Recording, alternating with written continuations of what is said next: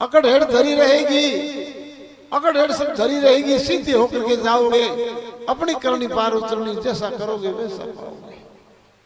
बेईमानी के वृक्ष पूरे है, लगा के देख लो, उनके तो फल कड़वे है, चाहे खा के देख लो।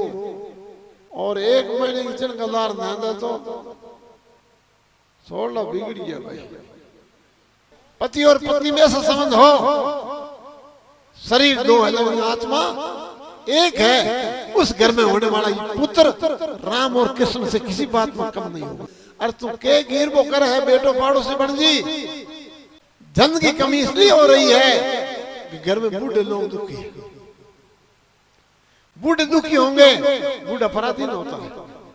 बूढ़े ने जिंदगी खपा दी, आज बूढ़े की सेवा में कमी आ रही है तो बूढ़ा दुख पाएगा, तो घर में धन की कमी होगी। घर में स्त्री परेशान है तो लक्ष्मी जी नाराज हो जाएगी। अकड़हेड़ धरी रहेगी, अकड़हेड़ सब धरी रहेगी, सीधे होकर के जाओगे, अपनी करनी पार उतरनी, जैसा करोगे वैसा पाओगे।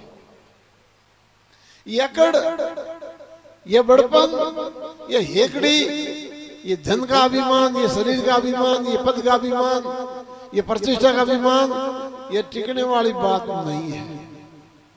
क्योंकि संसार में जो भी आता है उसकी हेकड़ी एक दिन निकल जाती है।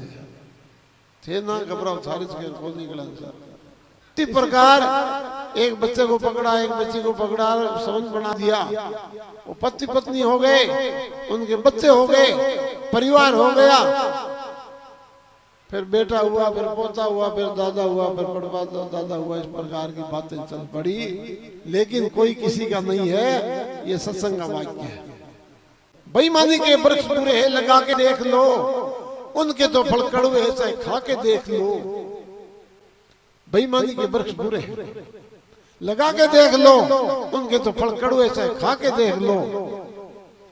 तो संसार में रह के काम ऐसा करो, काम ऐसा करो, काम ऐसा करो, तो जामु जी को पसंद आ जाए, जामु जी हमारे काम से राजी हो जाए। और जिस दिन हमारे काम से जामु जी राजी हो जाएंगे, उस दिन हमारा जीवन सफल हो जाएगा। बोलो विष्णु भगवान की। जब तक बाप एक बेटे से संतुष्ट नहीं है तो बाप और बेटे की जिंदगी कटती है।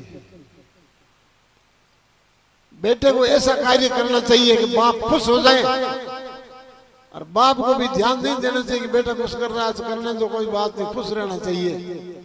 लेकिन बाप जो बाप ठहरा खुश नहीं होते। बच्चा धन कमा के लाता है, ला ला करके गड्डी जमा करता है तो बाप को शहर बांट बैठ के बड़ाई करते हैं, हमारा सोरे तो बहुत बढ़िया है भाई, हमारे सोरे की क्या बात करो, बड़ो भारी सब्जी है। और एक महीने की चिनगलार ना तो छोड़ लो, बिगड़ गया भाई। इसलिए बाप को भी चाहिए कि बेटे से कोई आस नहीं है, हम अपना कमा के खाएंगे, जीवन यापन करेंगे। बेटे को ऐसा चाहिए कि बाप की आवश्यकता को पूरा कर दे, ताकि कभी कोई समस्या और शिकायत न रहे। पति और पत्नी में ऐसा संबंध हो, शरीर दो है लेकिन आत्मा एक है, उस घर में होने वाला पुत्र राम और कृष्ण से किसी बात में कम नहीं होगा। पति पत्नी में प्रेम नहीं है, दो है तो दो से एक कैसे होगा? दो भाव है तो पुत्र होगा, वो भी दुविधा रहेगा, सुविधा नहीं रहेगा, दुविधा उसके जीवन में लगू रहेगी। इसलिए पति और पत्नी दोनों को एक हो जाना चाहिए। उसके घर में होने वाली संतान विवेकानंद से कम नहीं होगी, महाराणा प्रताप से कम नहीं होगी, छत्रपति शिवाजी से कम नहीं होगी, और कम से कम कमजोर होगी तो हमारे जैसी तो होगी होगी। इसलिए ये रिश्ता बहुत जरूरी है। सासू और बहू में कभी तकरार नहीं होनी चाहिए, क्योंकि आज सासू घर की मालिक है लेकिन उत्तराधिकारी बहू है। उत्तराधिकारी के भी समान होना चाहिए। वो एक दिन इस गद्दी पर बैठेगा तो सासू और बहू में तकरार होगी तो परिवार में शांति नहीं रहेगी, परिवार में विघटन होगा। अलग घर बना करके बेटा सामने जाके बैठ जाएगा, पुत्र पड़ोसी बन बैठे लो भी जीवड़ला राम जी ने भज ले रे।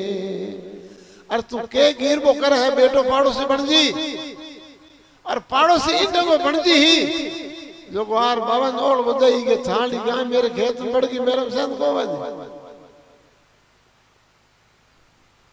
इस प्रकार की स्थिति सबके सामने हो रही है, इसलिए थोड़ा समझो।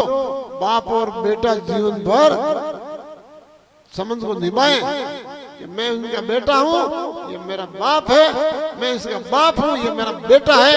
इस प्रकार का प्रेम होगा तो बाप और बेटा में तकरार नहीं होगी, उस परिवार में सुख और शांति रहेगी। धन की कमी क्यों हो रही है? धन की कमी इसलिए हो रही है कि घर में बूढ़े लोग दुखी हैं। बूढ़े दुखी होंगे, बूढ़ा पराधीन होता है।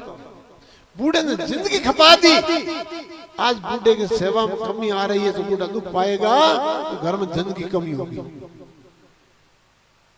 घर में स्त्री परेशान है तो लक्ष्मी जी नाराज हो जाएगी। घर में पशु दुखी है तो शांति नाराज हो जाएगी। घर में बच्चे दुखी है तो सरस्वती नाराज हो जाएगी, तो पास में रहेगा क्या?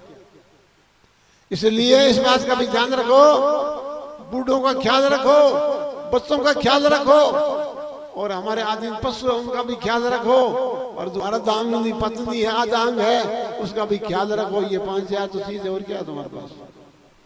लोग देश संभालते हैं, कितने विभाग होते हैं, विभागों के मंत्री होते हैं, और तुम्हारे पास 4 मंत्रालय तो है। बाप की सेवा, पत्नी को खुश रखना, बेटे को खुश रखना, माँ के साथ में सब व्यवहार हो, घर में सुख शांति हो, पशु दुखी न हो, सब सुखी हो। ठीक बात। ये बातें काम की बता रहा हूं, ऐसा मत समझना कि महाराज समय खराब करे।